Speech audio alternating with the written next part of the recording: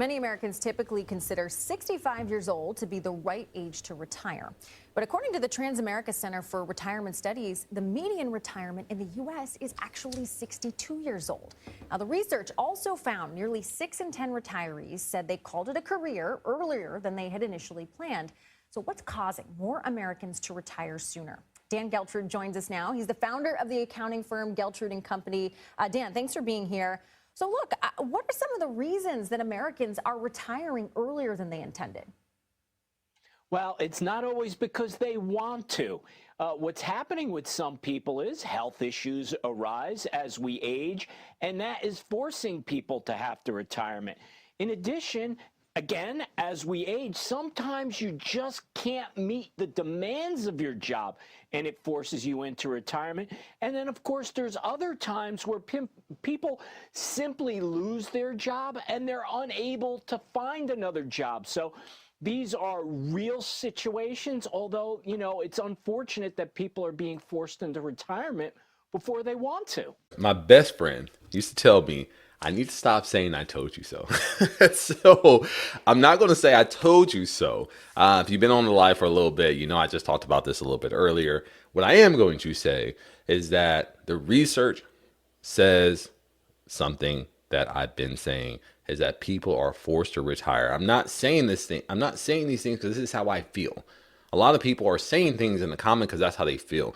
These people are being interviewed. They're doing these global, sometimes even nationwide surveys of real people with real issues and real numbers. So people say, oh, I'm just going to work longer. Well, if you're saying you're going to work longer than 65 to fill in the gap, and the average person is retiring at 62 because of health issues or they're being forced out of the workforce for whatever rhyme or reason, that is, once again, that retirement paradox. Retiring earlier, but they don't have the savings to sustain the lifestyle that they want or even that they think that they're going to have. And the sad part about it is that that's when they start to wake up. You start seeing some of the older people, like when I was younger, some of my elders, you know, my grandmothers, nah, I'm not paying for that. No, I'm not doing that. No, I'm not doing that. There were some hard no's, and I just thought that was part of being an adult. You know, parents know, you know, they know better than you. They're going to tell you no.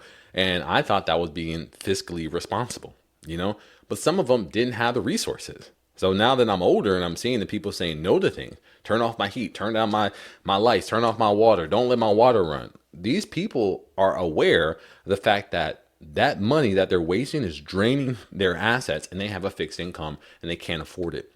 I am telling you now, wake up now so you don't have to do that when you're older, that you can have a little bit more grace. If your kids leave the light on, you can just turn it off and tell them do better.